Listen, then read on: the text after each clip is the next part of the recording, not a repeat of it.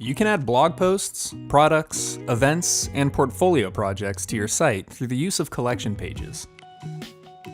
To add a collection page, select the plus icon from within the Pages panel, and then click one of the 4 collection pages. This will create a page and section that you can add your collection content to. In Squarespace version 7.1, pages are built from sections.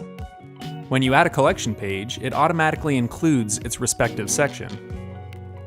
It's not possible to delete this section or add other collection sections to a page. To display your collection items on other pages, you can use Summary, Product, or Calendar blocks. You can manage your collection items here, or modify the page's design by selecting the pencil icon. Please let us know if you have any other questions. We're always here to help.